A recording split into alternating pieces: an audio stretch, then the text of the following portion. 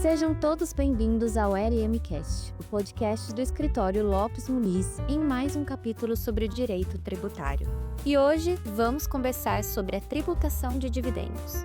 Meu nome é Bianca de Nóbrega, sou advogada tributarista do escritório e eu vou conversar sobre o tema com a sócia da área tributária Camila Camar. Oi, Bianca, é um prazer poder discutir um tema tão atual e relevante como a tributação de dividendos, especialmente em um momento em que o assunto tem gerado tantas dúvidas e debates. Espero que a nossa conversa ajude a esclarecer alguns pontos e traga uma visão prática sobre os impactos dessas mudanças.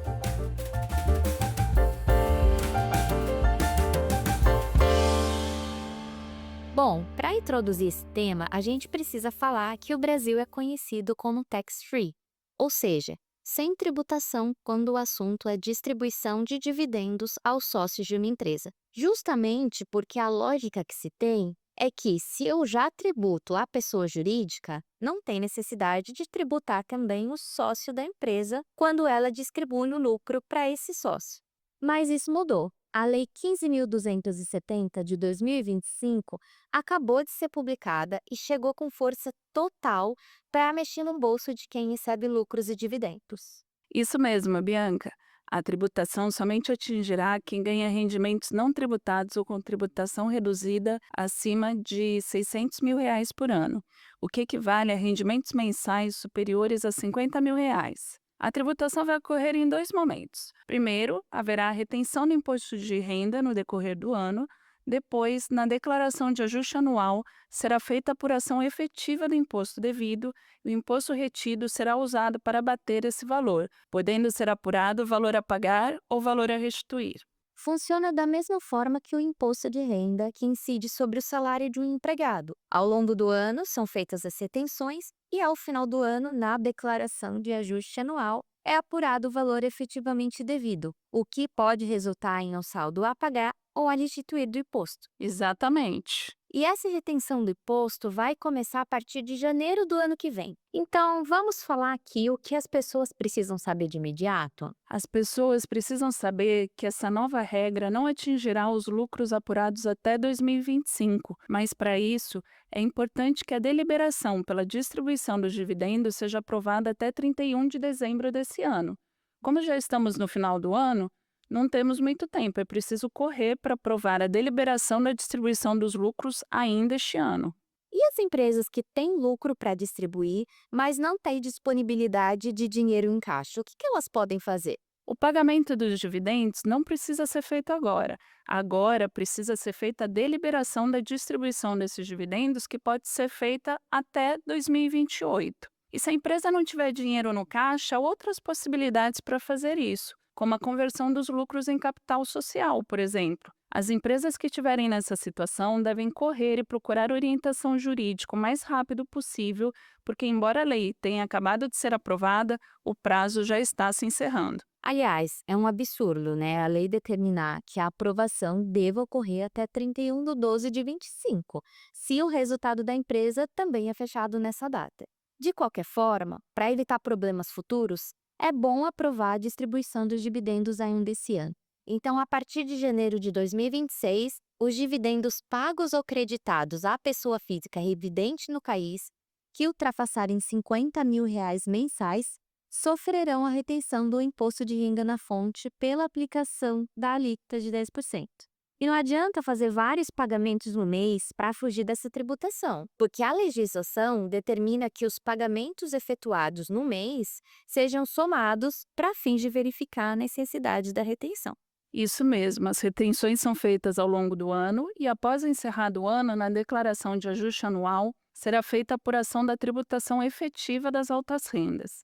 Neste momento, a pessoa física deverá levantar o valor total de rendimentos recebidos no ano, não somente dos dividendos recebidos, mas todos os recebimentos, inclusive aqueles que pagam imposto exclusivo na fonte, os que são isentos e os que têm alíquota reduzida, com exceção dos rendimentos excepcionados pela lei, como a parcela isenta da atividade rural, os ganhos de capital, valores recebidos por doação ou herança, rendimento de caderneta de poupança, rendimento de títulos imobiliários e do agronegócio, valores recebidos a título de indenização por acidente de trabalho e outros especificados na lei. Se a soma desses rendimentos ultrapassar o valor de R$ 600.000 no ano, que corresponde a um ganho mensal superior a R$ 50.000, deverá ser apurada a tributação mínima do imposto de renda. Então, aqui abre um parênteses. Também não será possível dividir a empresa em mais de uma para receber dividendos abaixo do limite, como já ouvimos falar por aí, porque, embora com isso seja possível fugir da retenção do imposto, não será possível fugir da tributação efetiva do imposto na declaração de ajuste anual. Sobre esses rendimentos totais da pessoa física, será aplicada uma alíquota progressiva, que aumenta gradativamente de acordo com a renda até chegar ao limite de 10%.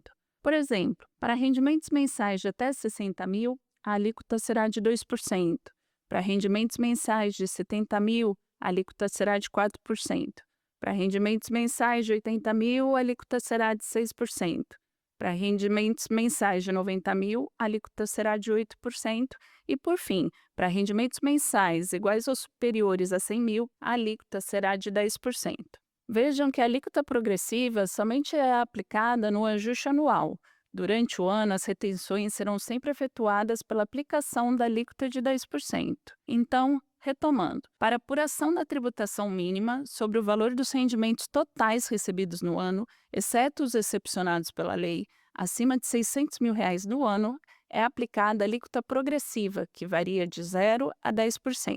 Mas assim, acalmem-se, porque esse ainda não é o valor do imposto devido. Como nessa base de cálculo existem diversos rendimentos que já foram tributados pelo imposto de renda, para evitar dupla tributação, é permitida a dedução de algumas coisas. Do imposto de renda devido na declaração de ajuste anual, do imposto de renda retido exclusivamente na fonte, inclusive do imposto de renda retido sobre dividendos, do imposto de renda sobre rendimentos de aplicações financeiras no exterior, rendimentos de empresas controladas e trusts no exterior e de imposto de renda pago definitivamente. Além disso, para minimizar a polêmica da tributação de dividendos ser uma dupla tributação do lucro, na pessoa física e na pessoa jurídica, a lei prevê um redutor, que pode ser aplicado a depender da tributação efetiva da renda da pessoa jurídica. Sim, e esse é um ponto muito importante, porque sempre foi uma crítica às diversas tentativas de tributação de dividendos no passado. Lembrando que em 1996,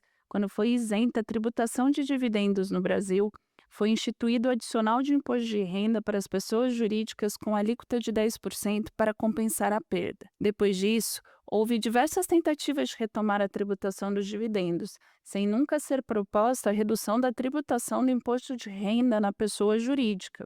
Embora a Lei 15.270 não reduza o imposto de renda na pessoa jurídica, ao menos cria esse redutor para impedir que a tributação do lucro da empresa e dos dividendos seja superior à alíquota efetiva de 34%. Isso é para as empresas não financeiras. 34% é a alíquota total da tributação sobre o lucro no Brasil. É a soma do imposto de renda da pessoa jurídica, que tem alíquota de 15%, do adicional do imposto de renda, que tem alíquota de 10%, e da CSLL, que tem alíquota de 9%. Então, na teoria, estaria resolvida a questão da dupla tributação do lucro, mas na prática, essa lei pode gerar distorções que poderão gerar discussões. Primeiro, porque a alíquota efetiva do imposto de renda é calculada sobre o lucro contábil e não sobre o lucro real, que é a base de cálculo do imposto de renda. Com isso, a depender das exclusões do lucro contábil feitas pela empresa para se chegar no lucro real, uma empresa do lucro real tributada pela alíquota nominal de 34% pode ter alíquota efetiva de imposto de renda inferior a 34% e distribuir dividendos passíveis da tributação. Por exemplo, se essas exclusões forem em razão de incentivos fiscais, a tributação dos dividendos estaria tributando de forma indireta esses incentivos fiscais, o que seria passível de discussão. Outro exemplo, que não tem nada a ver com a dupla tributação do lucro, mas, na minha opinião, não sei se você concorda, distorce o objetivo da lei, que era a tributação de dividendos, é o seguinte: vamos imaginar aqui que a empresa tem uma alíquota efetiva igual a 34%. Em razão disso, pela aplicação do redutor, seus dividendos não deverão ser tributados. Porém, a depender dos rendimentos isentos ou com tributação reduzida, incluídos na base de cálculo da tributação mínima, a gente vai ter aqui a tributação desses outros rendimentos, que não era o objetivo da lei. Nossa, eu nem tinha pensado nisso, mas isso pode de fato ocorrer. Essa lei deve ser analisada caso a caso e os contribuintes que se sentirem prejudicados devem procurar a opinião de advogados sobre a possibilidade de questionamento da lei. Tirando essas distorções da lei, fica claro, então, que o objetivo do governo é tributar os dividendos acima de R$ 600 mil por ano de empresas do Simples ou do lucro presumido, porque nessas empresas a alíquota efetiva da tributação sobre a renda, em relação ao lucro, podem ser muito reduzidas, e nesses casos o redutor nem se apita. Sim, certamente essas serão as empresas mais afetadas. Pelo menos os dividendos até R$ 50 mil por mês foram resguardados, o que é uma medida protetiva aos pequenos empresários. É importante lembrar também que essa lei somente atinge os rendimentos pagos ou creditados a pessoas físicas. As distribuições para as pessoas jurídicas no Brasil, elas não vão sofrer essa tributação. Então, os grupos econômicos que têm uma holding sobre suas empresas operacionais não sofreriam o impacto dessa lei. Isso mesmo, mas a neutralidade pode não estar assegurada.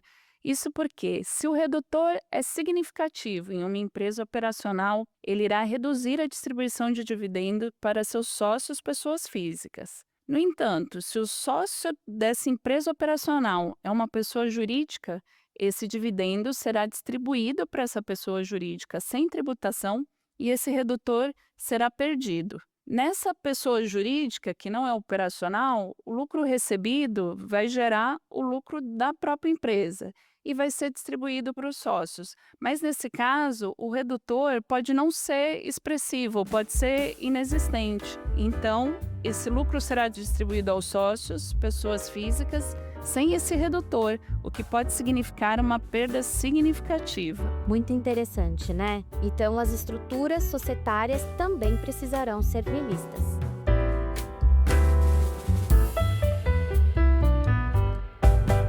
Agora, mudando de assunto, tudo que a gente falou até aqui é sobre a tributação de dividendos da pessoa física residente no Brasil. Mas essa lei também traz que os dividendos remetidos ao exterior terão a retenção de imposto de renda na fonte pela aplicação da alíquota de 10%.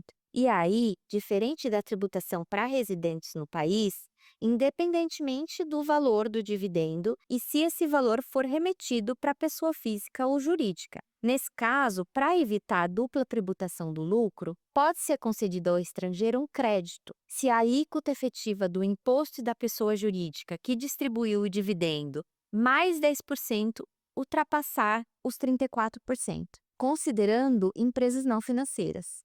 Isso é, o mesmo redutor concedido para os residentes será acreditado para as pessoas não residentes, com o objetivo de não tributar os dividendos excedentes a 34% do lucro contábil. E aqui também vale que você falou para as estruturas societárias com holdings, que também podem perder a eficiência tributária.